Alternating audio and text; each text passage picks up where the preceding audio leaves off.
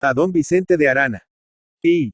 querido Vicente, el cuento popular que va usted a leer acaso permanecería en mi cartera en forma de breves apuntes, si la víspera de San Vicente Mártir, del presente año 1880, no nos hubiéramos encontrado usted y yo en Abando, cerca de la iglesia parroquial donde recibe usted el bautismo y están los recuerdos religiosos más queridos y venerandos para usted y su buena familia.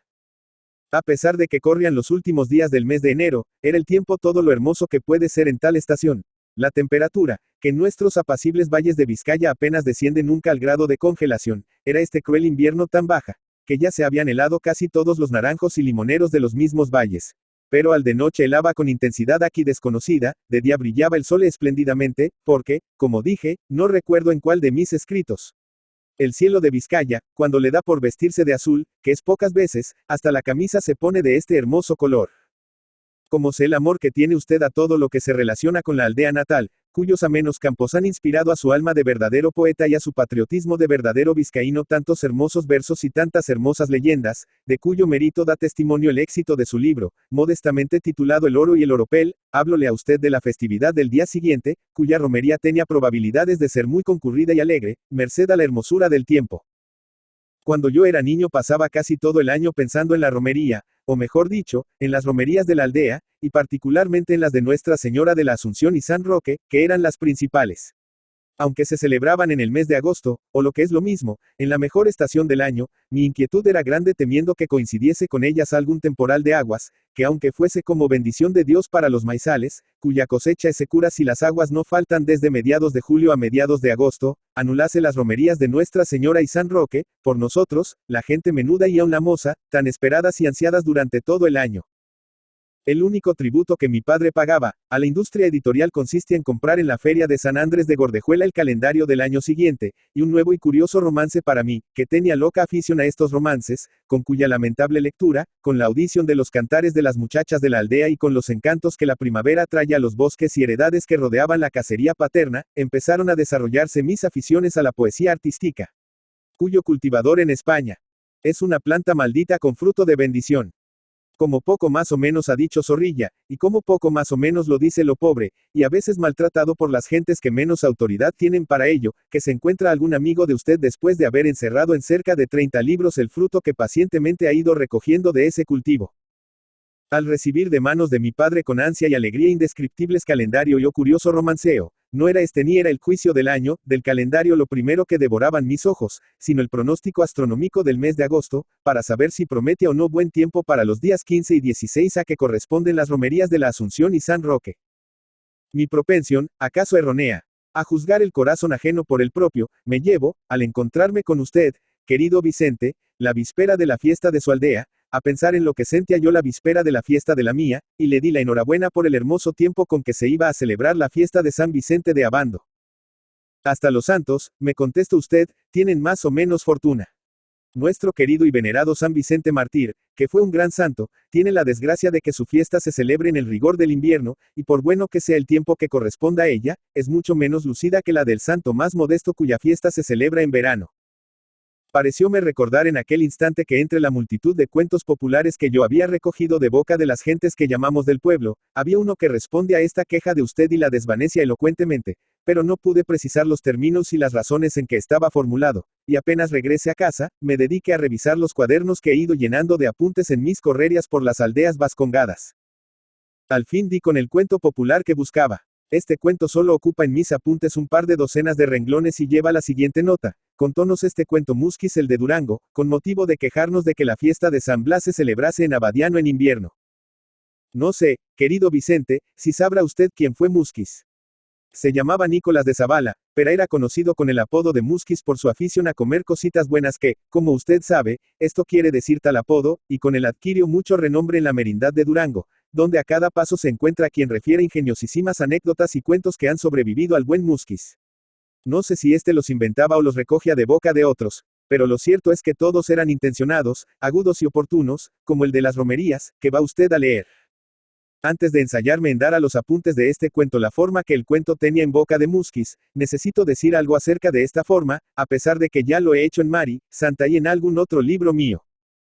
Es comunísimo que en los cuentos populares intervengan entidades y cosas santas, Dios, la Virgen, San Pedro, las puertas del cielo y el cielo, mismo figuran frecuentísimamente en los cuentos populares, y al hablarse en estos cuentos de cosas tan santas se emplea la forma vulgar, familiar, puramente humana. Y no puede ser otra cosa, porque el pueblo ni concibe ni puede usar otra forma ni otro lenguaje, porque no los conoce.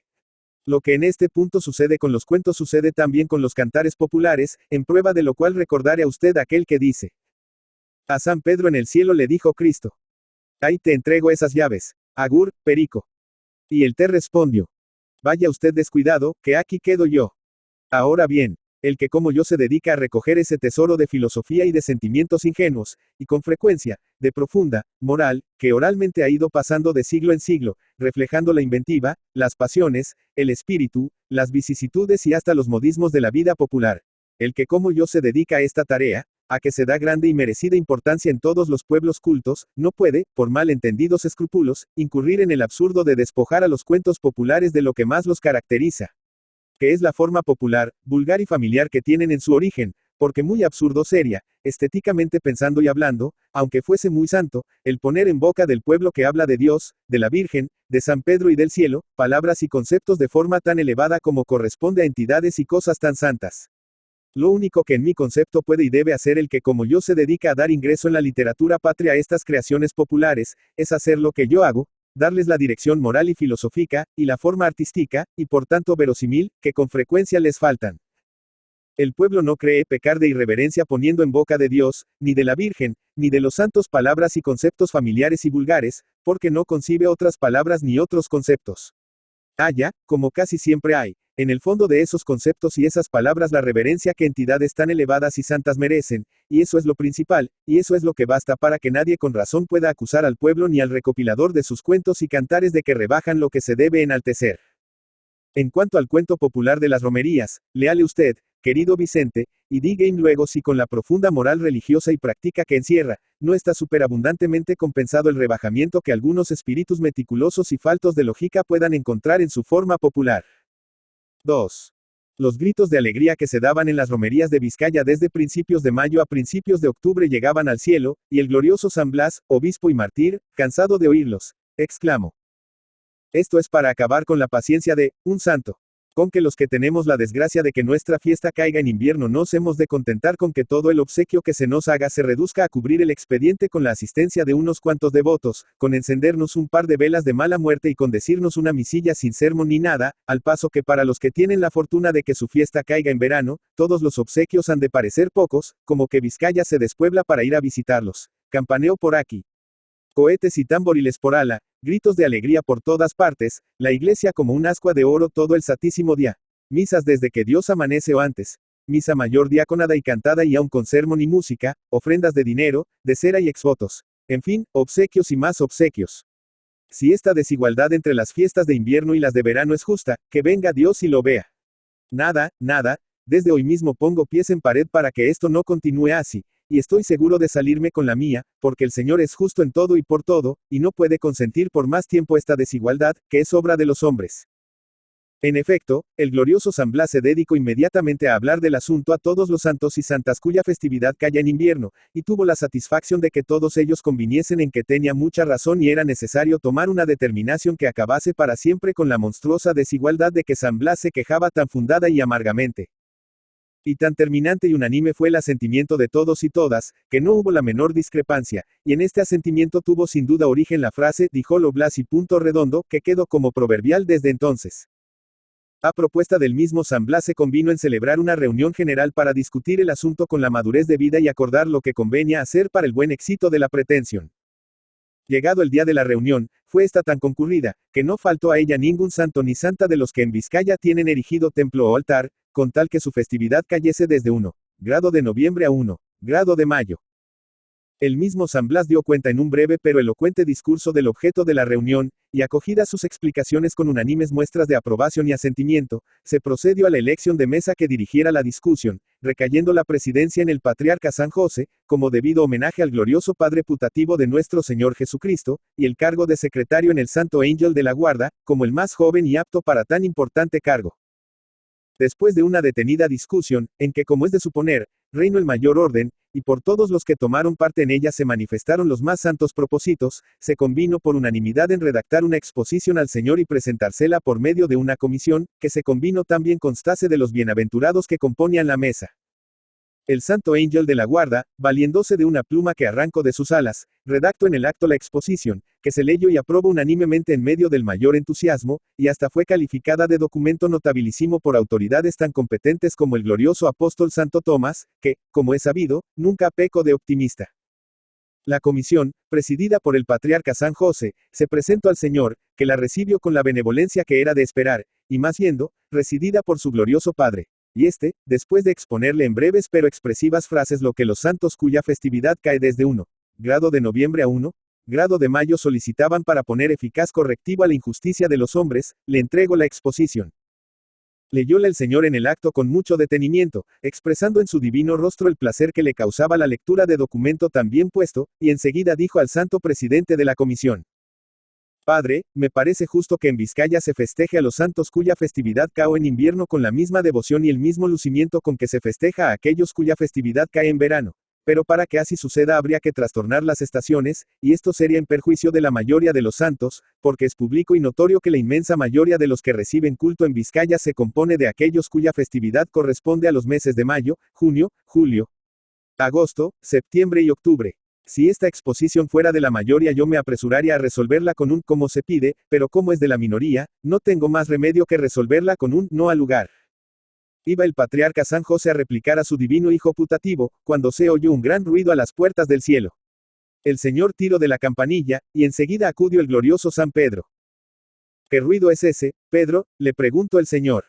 Señor, contestó el santo portero del cielo, son todos los difuntos de Vizcaya, que dicen debe contárseles entre los santos para todo lo que se relaciona con las festividades, puesto que ellos tienen también la suya, y no en uno o en algunos pueblos, como les sucede a los santos, sino en todos los del señorío. Y tienen en eso mucha razón, dijo el Señor, pero ¿a qué vienen? Vienen, según dicen, a adherirse a la exposición que estos señores comisionados acaban de entregar a vuestra majestad. Al oír esto el Señor, tomó la pluma y puso al pie de la exposición, como se pide. 3. Las estaciones del año se habían trocado por completo en Vizcaya, de modo que el tiempo de las cerezas era en diciembre y enero, y el de los besugos, en junio y julio. En lugar de decirse, por San Blas, besugos atrás, se decía, por las nieves, besugo no pruebes. Si a algunos de los pocos devotos que subían a la romería de San Antonio de Urquiola se le antojaba beber limonada, para hacerla no necesitaba enviar por nieve a las neveras de Gorbea, que en el campo del santuario, y hasta sobre su ropa, la tenía. Por el contrario, la muchedumbre de devotos que acudía a las romerías de San Martín de Sopuerta, de San Andrés de Gordejuela, de Santo Tomás de Olavarrieta, de San Antón de Bilbao, de San Vicente de Abando, de Santa Agüeda de Baracaldo, y a otras que antes se llamaban de invierno, y entonces se llamaban de verano, pagaba a peso de oro la nieve para las limonadas. La afluencia de bañistas a las playas de Poveña, de Santurce, de Portugalete, de Guecho, de Plencia, de Mundaca, de Lequeitio, y de Ondarroa, era en enero y febrero, y en junio y agosto, iba la gente de Bilbao a las Arenas y Portugalete, arrostrando el noroeste, que cortaba la cara, a ver los buques que habían naufragado al pasar la barra, y las olas que como montañas saltaban por encima de los muelles. Y por último, la República de Abando estaba completamente tronada, porque su feria de Santiago de Basurto, cae en la estación peor del año, y casi nadie iba a ella, y por consecuencia, casi nada produce a la República. ¿No te veis en el cielo, desde que habían cambiado las estaciones del año, una cosa extraordinaria y que nadie acertaba a explicarse? Y era que San Martín, San Andrés, Santo Tomás, San Antón, San Sebastián, San Vicente Mártir, Santa Agüeda, Santa Juliana, el ángel de la guarda, el patriarca San José, en fin, todos los santos y santas que tenían templo o altar especial en Vizcaya, y en este concepto habían firmado la consabida exposición, andaban tristes y disgustados, y con frecuencia se les oía murmurar por lo bajo. Particularmente el día de su fiesta, esto es un escándalo. Esto no puede seguir así. Y digo que nadie acertaba a explicarse esta tristeza, este desasosiego, este disgusto, estas exclamaciones de indignación de aquellos bienaventurados, porque todos el día de su fiesta eran, obsequiadísimos por el pueblo vizcaíno que dejaba muy atrás estos obsequios a los que tributaba en otros tiempos a San Antonio, a San Juan, a San Pedro, a Santa Lucia, a la Magdalena, a Santiago, a Santa Ana, a la Asunción de la Virgen, a San Roque, a San Bartolomé, a San Antolín, a San Cosme y San Damián. a San Miguel Arcángel, en fin, a tantos y tantos santos y santas, como en Vizcaya se festejan de mayo a octubre. Con decir esto está dicho que el bello ideal de San Blas y sus gloriosos compañeros de exposición al Señor se había realizado con creces. Otra cosa no menos extraordinaria y que tampoco nadie acertaba a explicarse se notaba en el cielo desde que habían cambiado las estaciones del año, y era que todos los santos y santas cuya fiesta calla desde mayo a octubre andaban sobremanera alegres y con frecuencia se les oía exclamar: «Esto es una gloria. Dios quiera que esto continúe así». Acababan de celebrarse las fiestas de San Vicente Mártir en Abando, San Blas en Abadiano, y Santa Agüeda en Baracaldo, y estos tres gloriosos santos estaban verdaderamente indignados y consternados, a pesar de que sus fiestas habían sido más concurridas, más esplendidas, más buliciosas, más alegres, más locas que nunca. Los tres santos tuvieron una entrevista, y a consecuencia de ella el glorioso San Blas, obispo, convocó a una reunión a todos los bienaventurados que habían firmado la exposición pidiendo al Señor que pusiera remedio a la desanimación, falta de concurrencia y poco lucimiento con que se celebraban las festividades de todos ellos. Reunidos todos los santos y santas, el mismo San Blas tomó la palabra para exponer el objeto de la reunión. «Señores», dijo, «hay que reconocer que nos equivocamos de medio a medio todos, y yo el primero, al gestionar cerca del Señor para que nuestras fiestas, que caen de noviembre a abril inclusive, se celebraran del mismo modo que las que caen de mayo a octubre, ambos inclusive también. Supongo que a todos ustedes les sucederá lo que me sucede a mí y participarán por ello de mi dolor y mi indignación. Y lo supongo con tanto más motivo, cuanto que ya se me han quejado amargamente de ello algunos de ustedes, y señaladamente la bienaventurada Virgen y Mártir Santa Agüeda. Pido la palabra para una alusión personal», dijo la santa baracaldesa. Y habiéndola obtenido, se expresó en los siguientes términos, teñido su virginal rostro por el carmín de la indignación y la vergüenza. «No sé si en todas las demás romerías de Vizcaba sucederá lo que sucede en la mía desde que coincide con la estación de las postrimerias de Jácerezas en lugar de coincidir con la de las postrimerias de los Besugos. Es verdad que antes el día 5 de febrero, en que se celebra mi fiesta, solo subía a mi ermita un centenar de personas y se me hacían pocas ofrendas, y mi altar estaba modestamente iluminado, y todo el ruido y toda la alegría que animaban el campo de mi ermita se reducían a tocar el tamborilero unos cuantos corros y a bailar juntos, y como Dios manda, algunos matrimonios que habían subido a darme gracias porque por mi intercesión se había curado la mujer de unas grietas que le salieron en los pechos cuando criaba al primer chiquitín. Y querían recordar el baile que dio ocasión a que se conocieran y se quisieran y se casaran, y algunos mozos y mozas que empezaban a mirarse con buenos ojos y al bailar no se atrevían a mirarse unos a otros sin ponerle colorados. Es verdad que a esto, poco más o menos, se reducían todos los obsequios que entonces se me tributaban el día de mi fiesta. Pero aquellos obsequios valían muchísimo, porque procedían de corazones sinceros, piadosos y puros a carta cabal. Pasaron aquellos tiempos, que yo, inocente de mí, creía desdichados oyendo y viendo desde mi alta ladera de Castrejana, en los meses de junio, julio, agosto y septiembre, los ruidosos obsequios que tributaban millares y millares de gentes a San Juan en Sondica, a San Pedro en Deusto, a Santiago en Habanelo, a la Virgen en Begoña y Lejona, y a San Miguel en Basauri, y tras ellos vinieron otros, que todos nosotros y yo la primera, anhelábamos y pedimos al Señor, y el Señor nos concedió, sin duda para castigar nuestro olvido de que lo que Él hace está sabia y justamente hecho, aunque a todos menos a Él les parezca lo contrario, y lo que con estos nuevos tiempos vino, el rubor y la indignación me impiden expresarlo. Murmullos generales de sentimiento y de dolor interrumpieron a la santa oradora, que en concepto de todos hablaba como una santa, opinión que siempre merece del que le escucha o lee el orador o escritor que acierta a interpretar con fidelidad lo que piensa y siente el que le lee o escucha. I.V. Santa Agüeda se sentó, indicando así que podía San Blas continuar explicando el objeto de aquella reunión, y en efecto, el santo obispo continuó. Señores, lo que acaba de decir Santa Agüeda y lo que todos ustedes saben, me excusa de continuar explicando el objeto de esta reunión, que es, en resumidas cuentas, el de convenir en que, como vulgarmente se dice, nos cortamos la cabeza al pedir al Señor que se nos festejase como se festejaba a los santos y santas cuya festividad cae en verano, y una vez convenidos en esto, discutir y acordar el medio más eficaz de obtener del Señor que las cosas vuelvan al ser y estado que tenían desde tiempo inmemorial. Todos ustedes convendrán en que las romerías de Vizcaya se han desnaturalizado de tal modo, que lo que es las de verano no tienen perdón de Dios, y por consiguiente, no pueden tenerle tampoco de los santos ni de los que aspiren a serlo.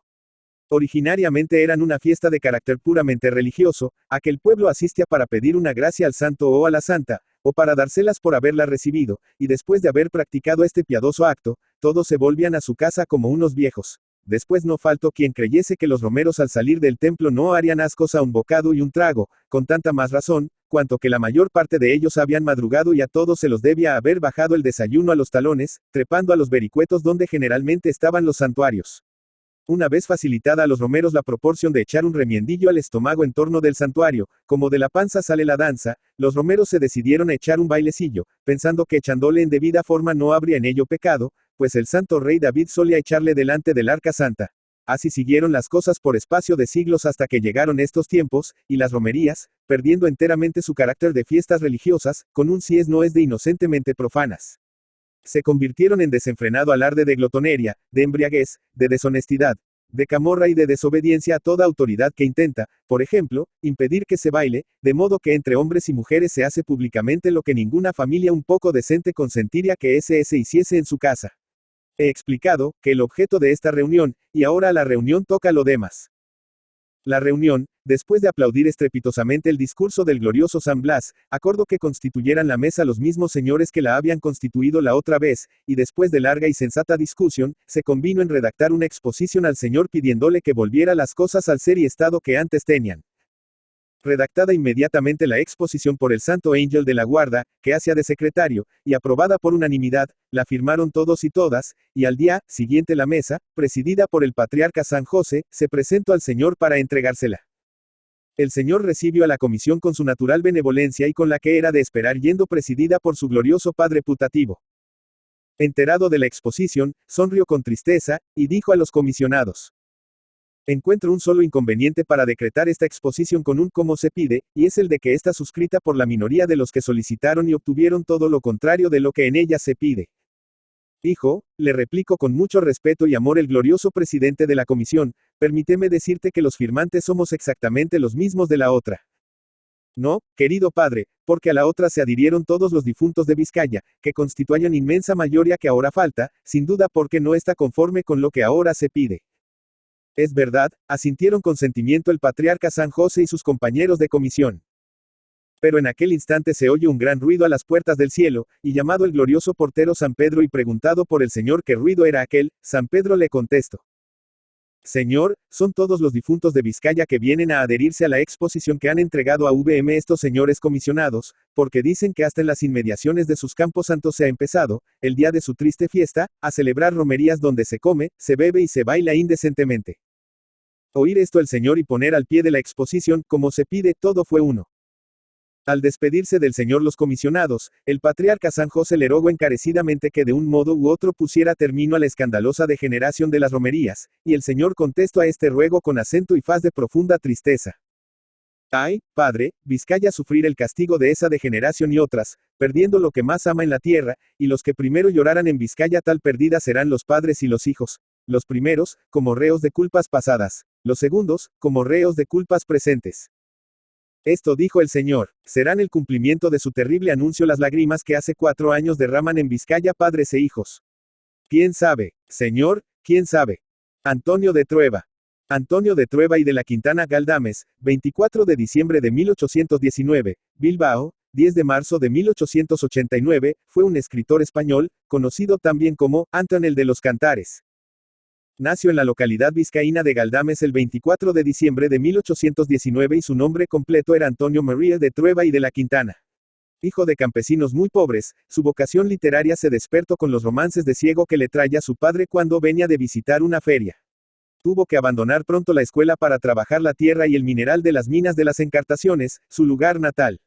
Cuando contaba 15 años, 1834, marchó a Madrid para evitar la Primera Guerra Carlista. Allí se empleó en la ferretería de un tío suyo y robó tiempo al sueño instruyéndose de forma autodidacta y leyendo autores románticos españoles.